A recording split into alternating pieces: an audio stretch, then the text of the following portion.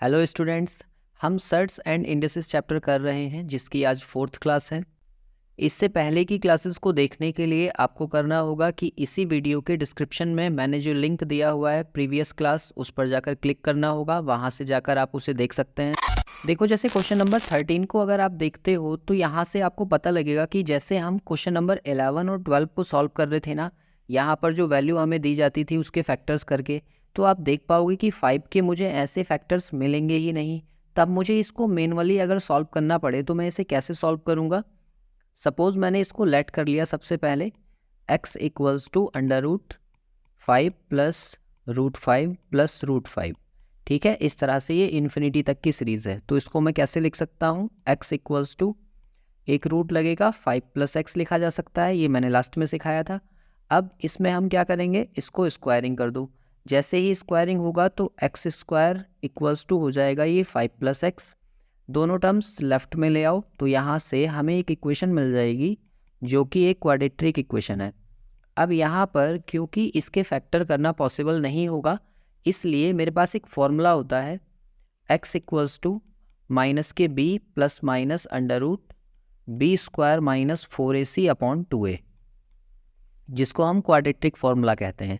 तो यहाँ से अगर इक्वेशन से मैं वैल्यू निकालूं तो a की वैल्यू 1, b की वैल्यू -1 और c की वैल्यू -5 होगी। ठीक है, ये वैल्यूज़ इस फॉर्मूले में हम पुट करेंगे तो हमें क्या मिलेगा, x इक्वल्स टू माइनस के b मतलब माइनस के और -1। इसमें सिर्फ और सिर्फ वैल्यू भर रहा हूँ मैं, और कुछ भी खास नहीं। तो यहाँ से -1 का स्क्वायर -4 इंटू ए की वैल्यू 1 है और c की वैल्यू -5 है, और अपॉन में क्या होता है 2a यानी कि 2 इंटू 1। इसको जब मैं आगे सॉल्व करूँगा तो x की वैल्यू आ जाएगी यहाँ से माइनस माइनस प्लस हो जाएंगे, ये तो प्लस का 1 हो जाएगा, प्लस माइनस अंडर रूट यहाँ से 1 आएगा, -4 5 जा 20 तो ये सीधे 20 हो जाएगा, और अपॉन 2। तो यहाँ से x इक्वल्स टू कितना आ जाएगा आपका, √21 प्लस 1 अपॉन 2। यही इसका आंसर होगा जो कि मुझे ऑप्शन सी में दिया हुआ है। अब देखो, इतना सारा कुछ आप हर एक क्वेश्चन में तो कर नहीं सकते, तो आप डायरेक्टली कैसे इसको सॉल्व करोगे, मैं आपको बताता हूँ कि आप इसके लिए ना फॉर्मूले याद कर लो। जैसे यहाँ पर प्लस का टर्म दिया हुआ है तो पॉजिटिव के लिए आप फॉर्मूला याद रखो, x इक्वल्स टू होता है आपका 4x प्लस 1 अंडर रूट के अंदर और प्लस 1 अपॉन 2। ये दरअसल कहाँ से आया, ये फॉर्मूला मैंने इसी टर्म से बनाया है। देखो कैसे, ये वाली जो लाइन हमारी यहाँ पर थी, इस लाइन को मैं कुछ इस तरह से लिख सकता हूँ, x इक्वल्स टू +1 दिया हुआ है और प्लस माइनस अंडर रूट, ये जो 20 है इस 20 को लिख लो 4 इंटू 5, और ये वाला जो टर्म है +1 इसके साथ का ये यहाँ पर आ गया, और अपॉन 2। अब देखो यहाँ से x इक्वल्स टू यहाँ से हो गया +1 और प्लस माइनस अंडर रूट, ये जो 5 था इस क्वेश्चन में ही तो दिया हुआ था ये, इसलिए मैंने इसकी जगह पर लिख दिया 4x और ये +1 और अपॉन 2, और ये वाले +1 को लास्ट में लिख लो तो आपको वापस से यही वाला फॉर्मूला मिल जाएगा। और ऐसे ही अगर यहाँ पर बीच में माइनस के टर्म्स दिए होते तो माइनस के केस में हम इसका क्या फॉर्मूला लिखते, x इक्वल्स टू यहाँ से हो जाता 4x प्लस 1 यहाँ -1 और अपॉन 2, ये हो जाता आपका नेगेटिव के केस में। ठीक है, तो ये दोनों फॉर्मूले आपको क्या करने हैं, याद करने हैं, ताकि एग्जाम में इस क्वेश्चन को आप जल्दी से बना सकें। अब देखो, इसकी हेल्प से अगर हमें क्वेश्चन नंबर 14 को सॉल्व करना पड़े तो हम इसको कैसे यूज़ करेंगे, क्योंकि यहाँ पर सारे के सारे प्लस के टर्म्स हैं, इसलिए यहाँ पर प्लस वाला फॉर्मूला लगाया जा सकता है। तो यहाँ से क्या मिलेगा, स्क्वायर रूट ऑफ x की जगह पर 3 रख देंगे तो यहाँ से हो जाएगा 4 इंटू 3 प्लस 1 और प्लस 1 रूट से अलग और अपॉन 2।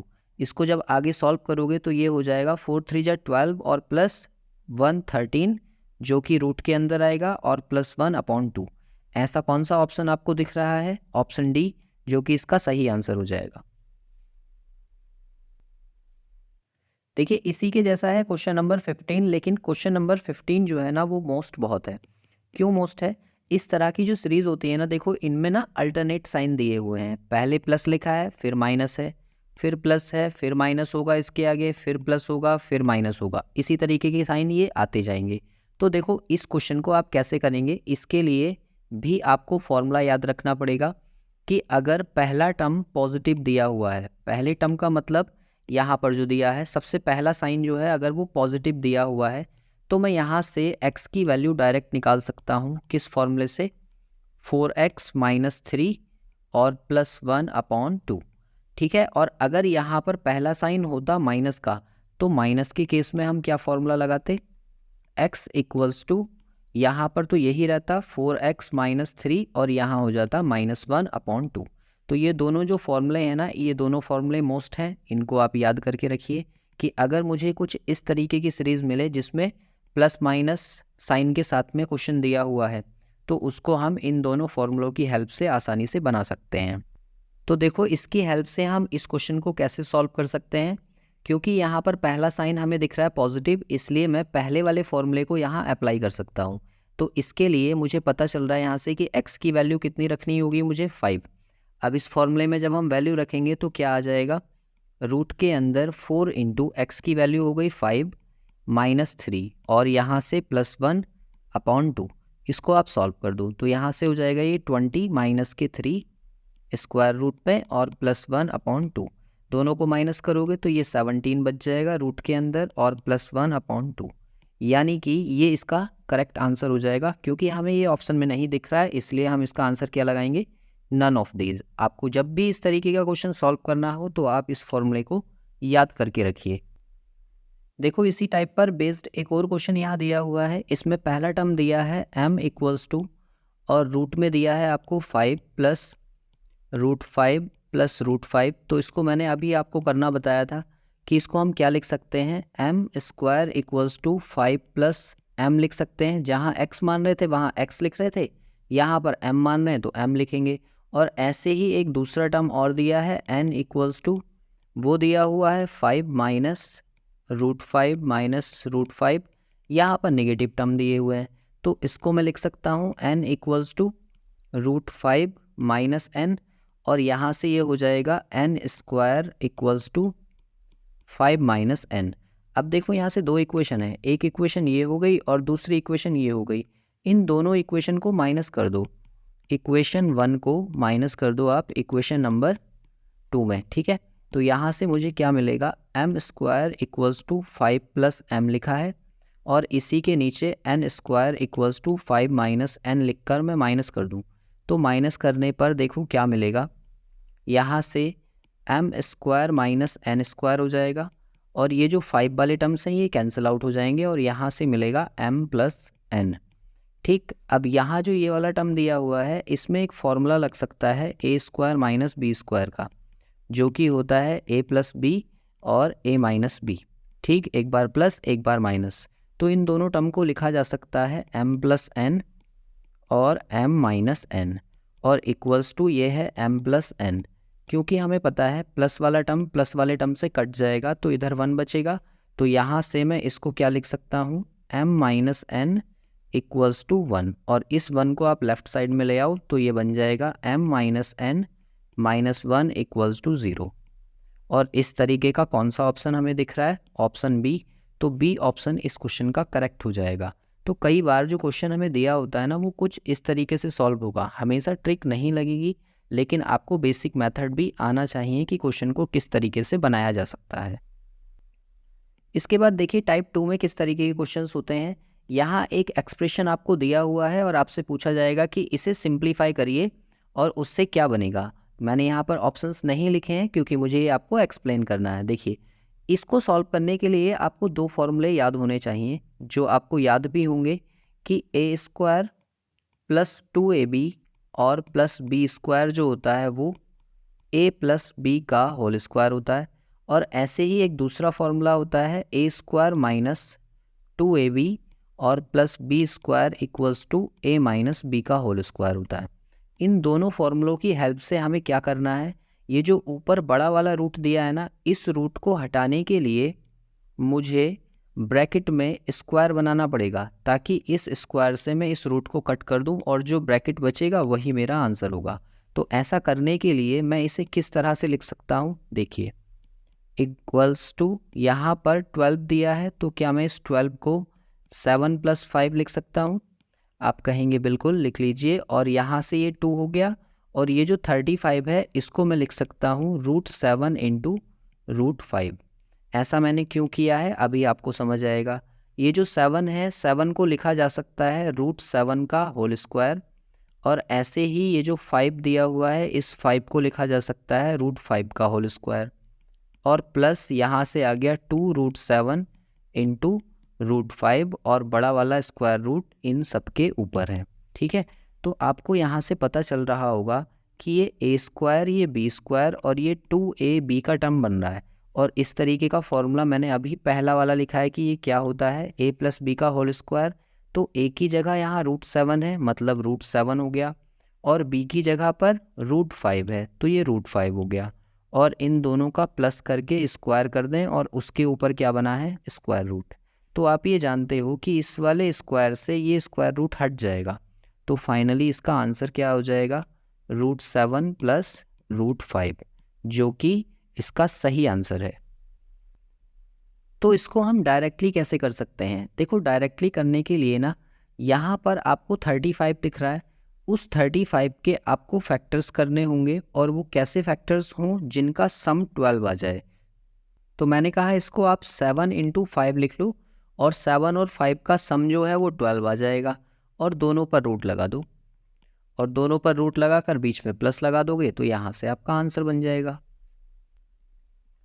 इसके बाद देखो क्वेश्चन नंबर 17 में क्या दिया हुआ है, यहाँ पर बीच में नेगेटिव साइन है।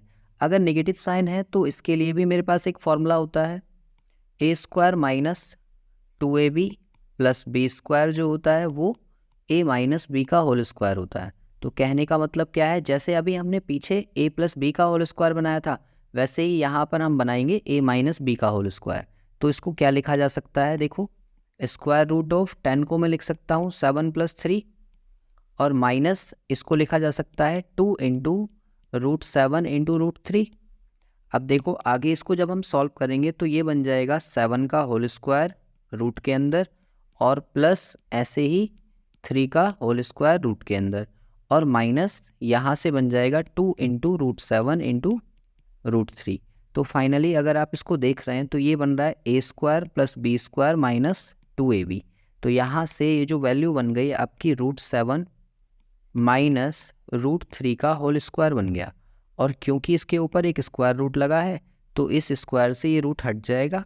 तो फाइनली इसका जो आंसर आ जाएगा वो आ जाएगा √7 माइनस √3, जो कि फाइनल आंसर है। लेकिन एग्ज़ाम में आप इतना कुछ करने के लिए नहीं बैठेंगे, तो आपको कैसे करना है वो सुनिए ध्यान से। अगर ये वैल्यू कुछ इस तरीके से दी है √10 माइनस 2√21, तो आपको यहीं पर इस 21 के ऐसे फैक्टर्स करने हैं जो ऐड करने के बाद में 10 बन जाएं। तो 7 और इंटू 3 ये दोनों फैक्टर्स आ रहे हैं, तो क्योंकि एक फैक्टर 7 आ रहा है और दूसरा 3 आ रहा है, तो आपको करना ये होगा दोनों पर रूट लगा दीजिए, और अगर बीच में माइनस साइन है तो यहाँ पर माइनस लगा दो, यही आपका आंसर है। और अगर बीच में प्लस साइन होता तो बीच में हम प्लस साइन लगा देंगे, हमारा ये आंसर हो जाता। बस सिंपल सा यही तरीका आपको याद रखना है। अब देखो क्वेश्चन नंबर 18 को, इसको हम कैसे सॉल्व करेंगे। यहाँ पर मुझे 21 दिख रहा है, तो 21 के दो फैक्टर्स मुझे ऐसे ढूंढने हैं जो ऐड करने के बाद में 10 आ जाए। तो मैं कहूँगा 7 आएगा एक, और दूसरा 3 आएगा, और क्योंकि ये दोनों हैं इसलिए इस पर रूट लगा लो आप, और रूट लगाने के बाद बीच में क्योंकि प्लस का साइन है तो प्लस लगा दो, यही इसका आंसर हो जाएगा। ऐसे ही देखो क्वेश्चन नंबर 19 को, 19 में मुझे यहाँ 6 दे रखा है, तो 6 के मुझे दो ऐसे फैक्टर्स करने हैं जिससे कि ऐड करने के बाद में कितना आ जाए 5। तो मैं कहूँगा एक 3 हो जाएगा और एक 2 हो जाएगा। तो क्योंकि इन दोनों पर मुझे रूट लगाना पड़ेगा और बीच में दिया हुआ है प्लस का साइन, तो बीच में प्लस लगा दो, यही इसका आंसर हो जाएगा। ऐसे ही देखो क्वेश्चन नंबर 20 को, तो 20 में यहाँ क्या दिया हुआ है 45। तो 45 के मुझे ऐसे दो फैक्टर्स निकालने होंगे जो ऐड करने के बाद में 14 आ जाए। तो क्या बन जाएंगे, एक 9 बन जाएगा, एक 5 बन जाएगा, और फिर मुझे दोनों पर रूट लगाना होगा, और रूट लगाने के बाद क्योंकि बीच में प्लस का साइन है इसलिए बीच में प्लस लगा दिया। इसको मैं आगे थोड़ा सा और सॉल्व कर सकता हूँ, क्योंकि √9 लिखा है तो वो 3 हो जाएगा, और प्लस √5 तो ऐसे ही रहेगा, इसलिए इसका जो आंसर हो जाएगा वो 3 + √5 हो जाएगा।